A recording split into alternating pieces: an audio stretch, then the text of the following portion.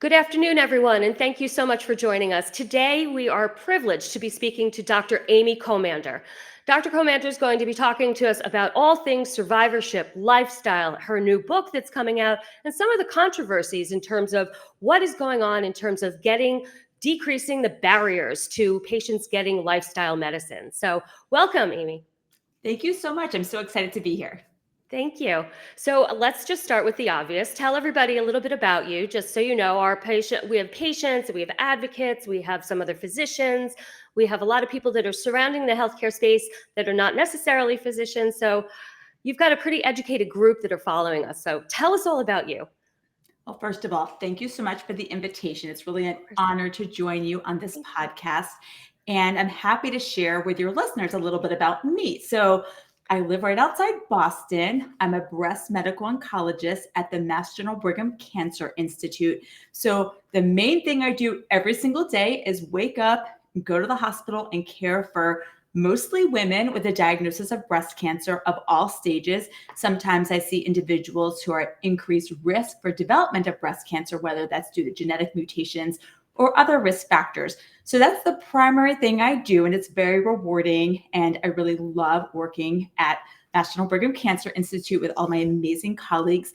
But one of my real passions is also not just getting my patients through their treatment, but how do we help them not only survive their cancer, but truly thrive after their diagnosis of breast cancer. Mm-hmm. And that's really what led me to the field of lifestyle medicine, which I'm happy to tell you more about. Yeah, I was going to say, tell us what that means. What does lifestyle medicine mean? I know. I mean, many people are actually not familiar with that term. What do you actually mean by lifestyle medicine? Right. So I can tell a quick story. When I was working at Mass General over 10 years ago, when I started as a new attending at this hospital, I remember just seeing a flyer, in the elevator for a lifestyle medicine conference that was being sponsored by the Institute of Lifestyle Medicine and Harvard Medical School.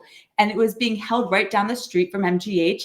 And it was on a Friday. So I was like, I'm going to block my schedule and go. And why was I interested? Mostly out of personal interest. I'm a runner. I follow a plant-forward diet. And a lot of the topics were about how to write an exercise prescription for your patients. Why is a plant-based diet beneficial in terms of cardiovascular disease risk reduction? Like basic topics that just looked interesting to me. So I went to the conference and I'm like sitting there and thinking about all my patients and the questions my very intelligent patients ask me all day long in clinic. And I felt, wow, there's so much to learn here to bring back to oncology in a very comprehensive way. So that's really how I got interested in this field, which is really looking at the evidence-based role of lifestyle interventions to help treat and prevent chronic diseases. And as I think about it with cancer, how can we help optimize, our patients' health and well-being and outcome after cancer, and also prevent other chronic diseases that we know they are at risk for? Sure. So, on a more granular level, basically when somebody says to me lifestyle medicine, it means that I shouldn't eat deli meat and don't eat red meat and stop eating candy and make sure that I go out and I do X number of minutes of cardiovascular exercise and light weights. Now, obviously, there's a lot more to it than that. And so tell us some of the important caveats that you tell your patients. Right. So it's interesting the way you phrase that, because of course, as doctors, we're so knowledgeable. Exactly. Don't eat red meat, limit the processed meats, 150 minutes of aerobic activity each week. If you tell a patient all that, they're like, whoa, super overwhelmed and don't want to do anything. I get overwhelmed. For sure. We all do. We're all human. I tell my patients this too. We are all a work in progress. But I would say one of the really interesting things I've learned really through this whole lifestyle medicine education process myself is actually the behavioral change component. How do you work with an individual, or you and me as doctors, to help adopt these healthy lifestyle behaviors? And actually, I learned a lot about coaching. I went through a coaching training during the pandemic as well, just to learn those tools. And yes, the behavior change piece is really key. And I do think, getting immersed in this field of lifestyle medicine, I've learned a lot about that, how to work with our patients to, set smart goals to improve their health for all the different aspects we can talk about. Sure. So, just on a more practical level, say a patient that's listening to this now, they can't fly to Boston necessarily and see you. where do they look for care like this? Where do they look for somebody that can help guide them in lifestyle medicine? Such a great question and something we all should be working on. So, I will say if a person listening wants to educate themselves, like, gee, what are some of the lifestyle factors I should be looking at? An evidence based website that I often refer my patients to is the American Institute of Cancer Research, AICR.org. So, there's Okay. lots of great information there with references about the things we were talking about earlier. How much exercise should a cancer survivor strive to achieve? What are the diet recommendations? What is the evidence about body weight, et cetera? So that's just a great place to get the information. But you're absolutely right. How does a person figure out how to work with someone to make those changes? And that's really where I think starting with your oncology team, seeing what resources might be there, checking out local resources such as the YMCA, which throughout the country has the Live Strong program, which is an amazing free exercise program for cancer patients. There are a lot of resources in the community that people often can find out about, which can be really helpful when trying to make these behavior changes. Great. I'll put that. I got this right, correct? That it's the Yeah, IACR.org? AICR. Dot Actually, it's org. AICR. Yes, American Institute of Cancer Research. And the head of this organization in terms of research is a wonderful guy named Dr. Nigel Brockton. Shout out to him, who does amazing work to ensure that all the evidence they share and lots of really user-friendly figures and diagrams are really helping spread this information about the role of lifestyle factors in cancer. And of That's course, great. the American College of Lifestyle Medicine is a great resource as well to learn about these tools. Perfect. And I'll drop some of these links in the show Great. notes for the show, so everybody can follow along if they'd like. So, and you, how if somebody wanted to see you, someone's in the area wants to come see you, are you seeing patients every day? Do you split up your practice into some days you're an oncologist and some days you function as a lifestyle medicine physician? Right. Such a great question. So I'd say mine during the day, I'm really a breast oncologist. And of course, if any of my patients are listening, they know that I am always talking about these lifestyle factors during our routine visits. But I recognize there's not always a ton of time to take a deep dive into all these topics. So one of the ways that I've developed a strategy to address this, along with wonderful colleagues I work with at MGH, is that's where we kind of started. Well, gosh, it's now 6 years ago, this Wow. Paving the Path to Wellness program for breast cancer survivors. And it began 6 years ago as a collaboration with Dr. Beth Frates, who is a leader in lifestyle medicine. And I actually met her at that conference that I referenced earlier in our conversation. And when I just have to tell this quick story because I think Yeah. you'll like it, because I know you know the power of conferences. She gave a great talk at the conference. I went up to her afterwards. I said, "Hi, I'm a breast oncologist. I'd love to meet with you to learn more. How can I help my patients?" We met for coffee a few weeks later. And this is what I said to her. I said, "I want to start a diet and exercise program for my patients with breast cancer who are having a hard time with weight management after the treatment we Wow, offer." great. And guess what she said? "No, you don't." This is where my education came in. It's not just diet and exercise. In order to help a patient, a cancer survivor, or any of us really optimize our health and, of course, lose the weight, you do have to also pay attention to sleep, Mm. stress management, their social connections. Are they drinking a lot of alcohol or using other substances? So it's not just about diet and exercise. So that was a real education and wake up for me. And that's how our collaboration started to develop this paving program for breast cancer survivors. It's paving the path to wellness? Yes. And how would people find that?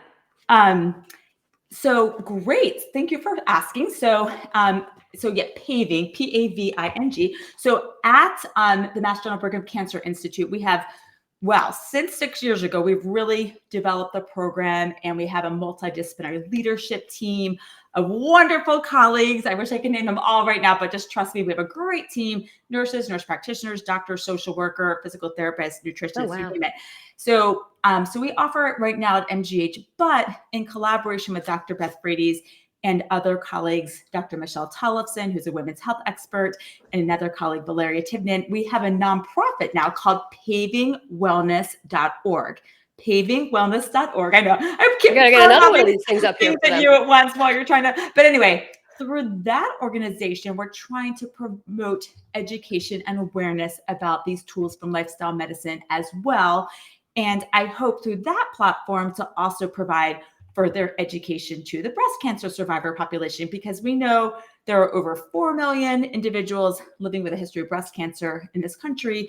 And I feel like every single one of them would benefit from this program or this education. So that's why we're Sure. trying to do more through that Oh, nonprofit as well. so this is up already. It's already Oh, functioning? thank you. You're awesome. No, but the organization is up and Oh, functioning. People correct. can Oh, Google yes. you. Oh, Correct. So that's the great. website is really nice. That's been out for a while, Mhm. and really with the goal to provide further information to help empower breast cancer survivors with Love these it. tools. And that's kind of where the book comes in. So I'm happy to tell you about that too.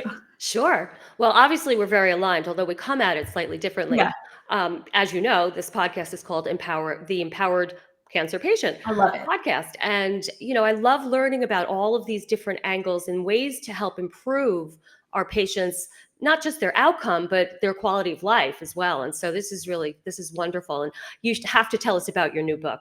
Oh, well, thank you. So, yes, we're on the same page. I love the title of your podcast. I fully agree with that concept, and the need to do that. So when we started this program again back in 2019, which is really hard to believe, at that time, I gave patients like a little 3-ring binder with a lot of information about lifestyle medicine and all the topics we were going to be discussing, Hmm. which are 12 topics, which I'm happy to tell you more about. And then they also got like a little handbook about lifestyle medicine. So back then, we kind of realized, gee, wouldn't it be awesome to have a dedicated workbook for participants in this program, really focus on the needs of a breast cancer survivor?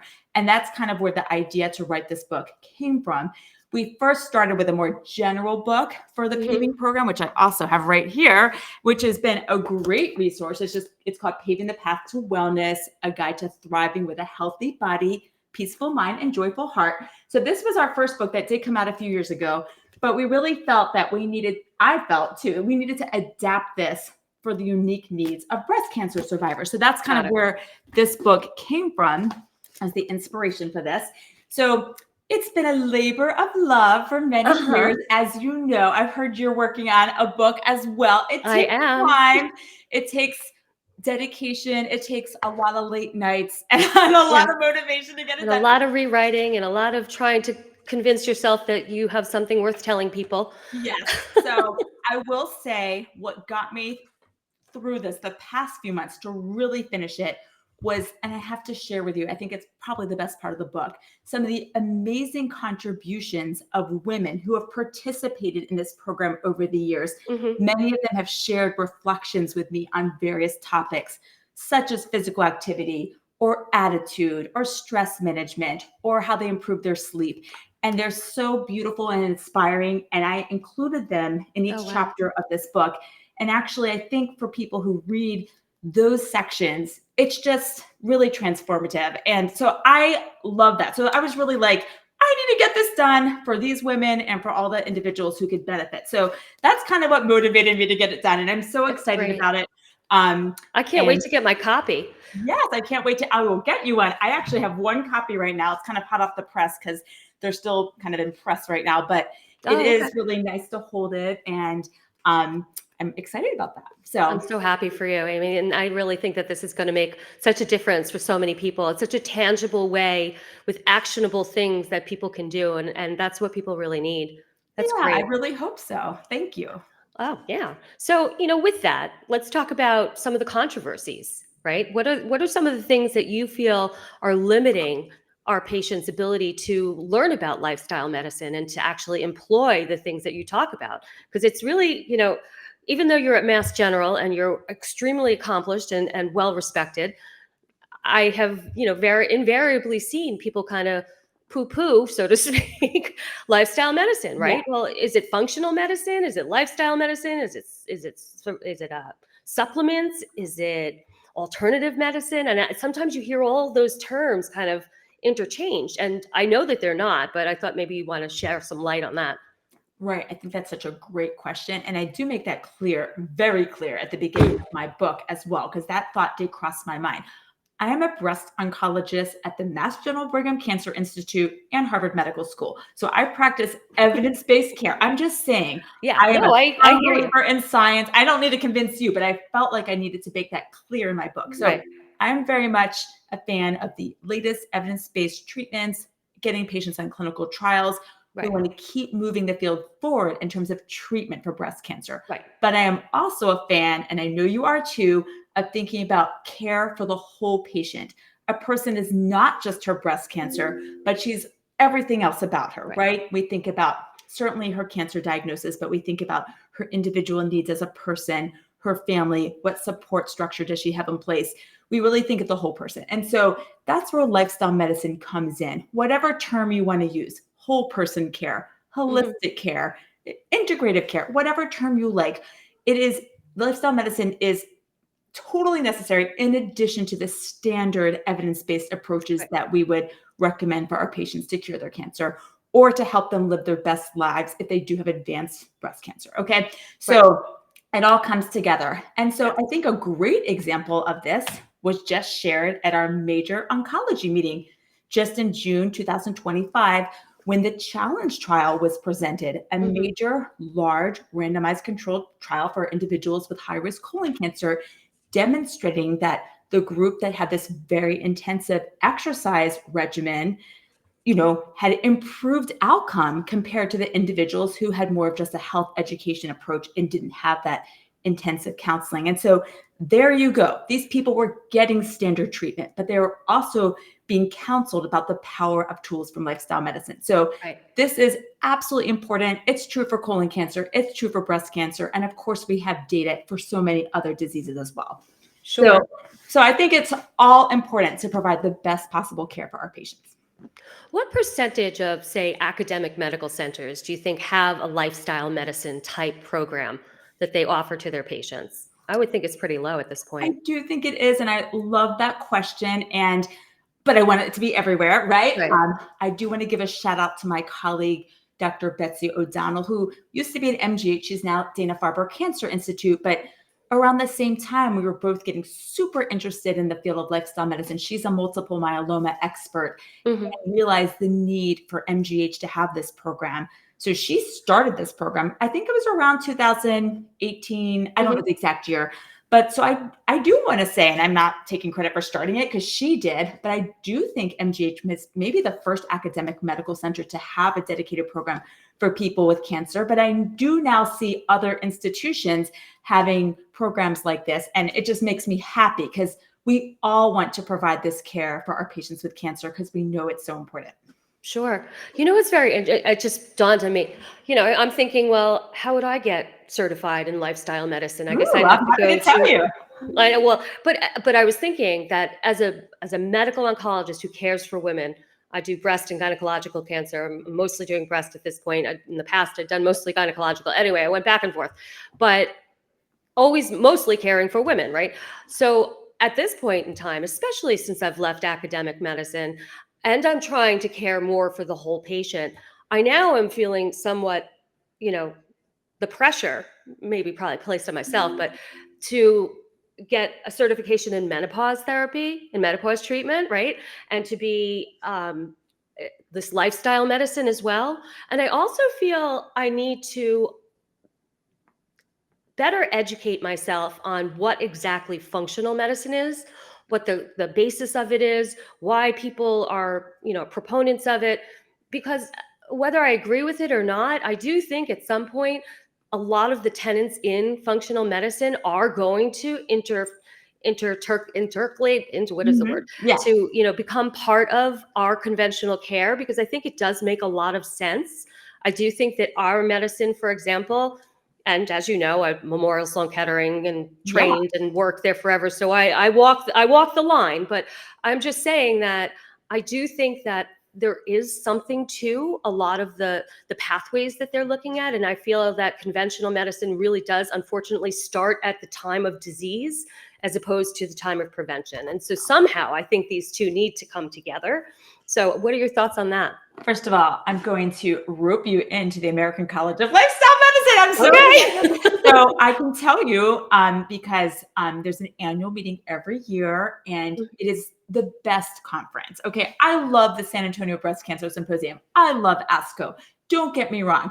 But this meeting, first of all, you're meeting so many individuals from all different specialties who share this passion for learning about evidence-based tools about lifestyle. Like you just said, how to get to the root causes of disease to help prevent heart disease. Let's see if we can reduce risk of cancer. Can we prevent type 2 diabetes and other aspects of metabolic health that really plague all of us in the country? So I think it's just so inspiring to go to that conference. And I did do the certification actually in 2020 when I had a little bit of extra time.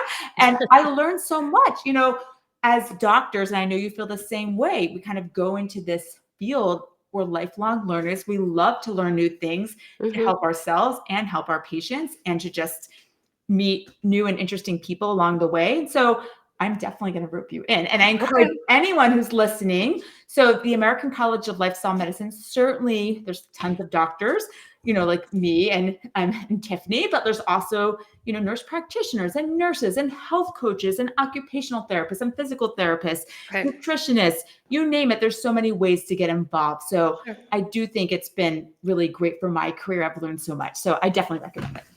Now, did you get a menopause certificate also? Certification? I think I'm one of those guilty people who loves to just learn new things. Well, I'm sure you're the same. And so given, there's so much interest in that field as a breast oncologist, and I really am guided by my patients, as you are too. What are our patients asking about? What do they want to learn about? What are their questions? And as I'm sure you agree, there are, menopause is having a moment. There are so many questions from our patients. Plus, for years, though, those of us who practice breast oncology, we know we are using anti-estrogen therapies. We are, putting our patients to early onset menopause to cure their breast cancer. But we know there are lots of adverse side effects and downstream consequences of that. So I wanted to go to the conference, which I did a few months ago, to learn more tools, have more tools in my toolkit to help my patients. And so just being me, yes, after the conference, I took the test. But I don't want to say people have to take the test. But no, I want to take it. They're kind of restrictive. You can only take it twice a year or something. Oh, yeah. I think it'll probably be again in 6 months. But I can tell you, though, as someone who I do consider myself quite knowledgeable about women's health, I learned so much. I really did learn so much. Good. And I felt, wow, this is, we just talked earlier about care for the whole patient. Right. I felt like I learned so much that will enhance my ability to provide better care for my patients with breast cancer. And it was really inspiring. Plus, I met incredible physicians and nurse practitioners and other specialists who share that passion. And there was so much energy at that conference. So I kind of want to go back again next year and just continue to learn more. So and if any of my patients are listening, I hope you feel that, yes, your doctor did learn stuff at the conference, because I learned a lot about, I'm going to be honest, I learned a lot about sexual health. I went to a whole half-day session before the conference on sexual health, which was approached from many disciplines. Psychologists spoke, gynecologists spoke, someone spoke about all the different lubricants and things out there on the market, which I'll be honest, I'm not an expert. So I did really learn a lot. That's just one example of a session which was really informative. But to be honest, all of the sessions were really great. And I look forward to continuing to learn more from that organization as well. No, absolutely. And I definitely am going there with you next year. Yay! I was supposed to go. I forget. Something else came up. That was out very quickly. There's so much interest, which is a great. That was it. I got botched out. I got blacked out. Yeah. Yes. Yeah. All right. So moving on to the topic, since we're in this menopause talk right now, let's talk a little bit about survivorship for women with breast cancer. And you have a separate program, or is that part of your lifestyle program at MGH? Well, so I would say during the paving program, which is 12 topics that we take a deep dive into. So it's not just, I realized I didn't really explain all the pillars of lifestyle medicine. So there's 6 pillars of lifestyle medicine that we take a deep dive into, which, by the way, are important for survivorship care and for individuals experiencing symptoms related to menopause. So it all is kind of tied together. And there's 6 additional topics we cover. But the lifestyle medicine topics are things you would think about, which we have touched on a little bit. The importance of a healthful diet with a focus on plant predominant nutrition, the importance of movement or physical activity, whatever term resonates with you, the importance of sleep, which is, as we know, a tough one for so many, including myself. Especially when you're in menopause. Correct. How do we address stress management? How do we think about counseling individuals to avoid excessive alcohol and use of other risky substances? And probably the most important one, although they are all very important, but I just want to say, like, I think I underestimated how important it is when I first started doing this program: social connection. I mean, we kind of take that for granted, like, yeah, social connection, social support. But to be honest, when I did this program and over the years as I've offered it, if you interviewed a bunch of the patients, tell me about the program, what was the most impactful aspect of it? They would say being in a group of women who get it, who understand exactly what I'm going through, and learning about all these topics, but in a very supportive community with people who truly understand. So so social connection is like way up there. And that's been so wonderful to witness as these groups have evolved over time. I should also say the other topics we learned about: goal setting. How do we set goals to improve healthy habits? How do we think about incorporating variety and investigations, trying new things, being curious?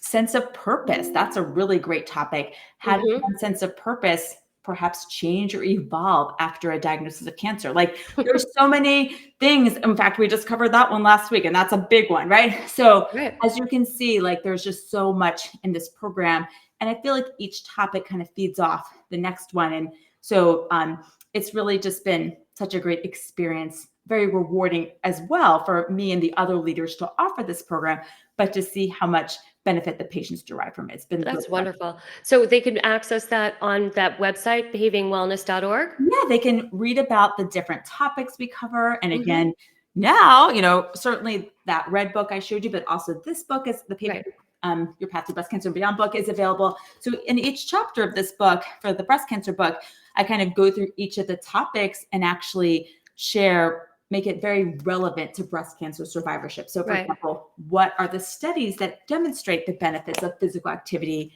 for breast cancer survivors? What are the studies that show, strategies we can use to address hot flashes that are perhaps non-hormonal approaches? So that's what kind of we do through the book. And again, with lots of questions that also encourage the reader to reflect. And also there's wonderful reflections from the patients. So that are really just amazing. Well, I hope that becomes a bestseller. Oh, you're so kind. We'll see. Are you going to San Antonio? Yes. Will you be there too? I'll get to that in a second. Maybe. No, I can't. I was supposed to. I just canceled my hotel, but I was going to say you're going to ship down a box of those books and hand them out to all. I didn't even think about that, but that's a good idea. signed copies. Go into that where all the associations and the advocacy groups are. Hand them out. You just gave me an idea. I honestly thank you for being savvy, because I hadn't even thought about that. Oh my gosh. You got to get it into the hands of the people who need it, for sure. Thank you. What a great idea. Thank you. In fact, I think, once my new website is up, definitely I can list a link for you there as well. I'm starting a new community on school. And right now it's called Winning the Cancer Journey. I'm still building. I haven't even entered anybody into the community yet, because I'm creating an online course that basically helps patients empower themselves and helps them to navigate through their cancer care. And so once I get that community up and going, I definitely would post that book there for people as well, because I think it seems like it's really, really helpful and pertinent to everybody. But so no, I'm not going to San Antonio, unfortunately, although I love San Antonio. I've gone 50 times, but not that many, because I'm not that old. So probably been there 20 times, say. But so the reason that I retired is because I have a neurodegenerative disease of my eye, and it's called macular telangiectasia type 2. I'm very open about it. It's not my fault. I was born with it. It's a metabolic disorder that causes, the buildup of certain toxins that kill the retinal cells, the cells that help you see in the macula to see precisely. And what's really fascinating is that over 15 years, they've been developing, there's no treatment for it, right? And it's just slowly progressive. And you just, everybody's trying to take a vitamin or something. Nobody knows how to get rid of it. There's very few studies, but they finally came out with something called Incelto, Encelto, that is this fantastic state-of-the-art implant. It's about the size of a grain of rice. And inside of it, they have gene modified stem cells that make the neurotransmitter that keeps the cells alive in my retina. So I had this eye done on September 22nd, and I have this eye coming up on December 1st. And so, the first Amazing. 4 weeks afterwards you're very red and swollen, and you don't see so well. So I really wanted to go, but the opportunity to get the second implant came up, and I thought, oh, you know what? I got to do this. So Can I tell you something? First of all, thank you for sharing. Sure. And I'm so fascinated by that, your treatment. You're talking to someone who's married to an expert on management of inherited retinal conditions. My husband, Is Jason that possible? Comander. Yeah, so my husband, Dr. Jason Comander, is at Mass Eye Near, and he is, I'll be a braggy wife, but he's like an international leader in this field. I'm not kidding. He knows MacTel. He would know MacTel. all about your situation. Like, I know nothing about it, but he would. So, oh my gosh, what a coincidence! Isn't that funny? That's why I think this is probably the first time I told the full story on my podcast, my husband, and I decided to tell you. Yes. So this is what he does.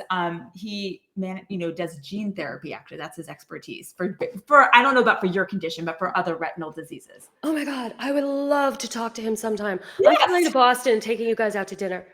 I'd be happy to talk to you. But as you're talking, I'm like, you should be talking to my husband. Oh, that's so wild. That's wild. Yeah. So tell him about it. It's MacTel type 2. I will. And it's an implant called Incelto, Encelto. I'm sure he knows all about I'm sure he does. I'm sure he does. So the doctor that did my implant, actually, I was the second person in the United States, actually the world, to have the implant done on insurance. So not on a clinical trial. So after the FDA finally approved it after so many years, I was sort of in with the company. I was speaking for the company. I was sort of I was an advocate. Actually, before it was launched, I went to their national conference and spoke to all of the representatives that were going to be going to the different retinologists to sell it, so they could ask me questions about the disease, so they could understand more about the living, actual living with the disease type of thing. So I was an early hand raiser like me. You're such a pioneer, and wow, I'm just like, I'm so inspired by you going through all that, and look at the amazing things you're doing to help you. And I'm sure big pivot at 55. Yeah, but inspiring. No, but I'm loving what I'm doing, and I actually in some ways feel like I'm not yet. I'm still scaling, but I think someday I'm going to be able to help even more people than I was helping on a day-to-day in the office. So just differently. It's just different. So. Well, really amazing. Really. Yeah. Amazing. So I'm so happy for you. And also I'm wishing you all the best with this procedure. Yeah. Thank you. So since we're coming up to 40 minutes or so here, I was wondering if you have any other topics that we didn't cover that you definitely want our audience to hear about. Well, I'm just glad we were able to cover what is lifestyle medicine, why is it important for cancer survivorship, of course, for the breast cancer survivor, but I think for all individuals, actually everyone, not just people going through cancer treatment.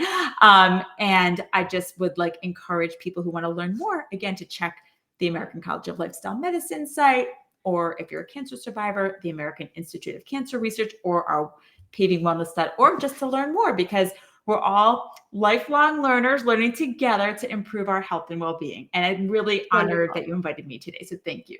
This was a great conversation. I really enjoyed speaking with you. We'll definitely have to get back together after another couple of conferences. I'm sure there's a few things we can hash out about. So we're going to say goodbye now. Welcome and thank you. Thank you for coming, and we'll see you soon. Bye. Thank you.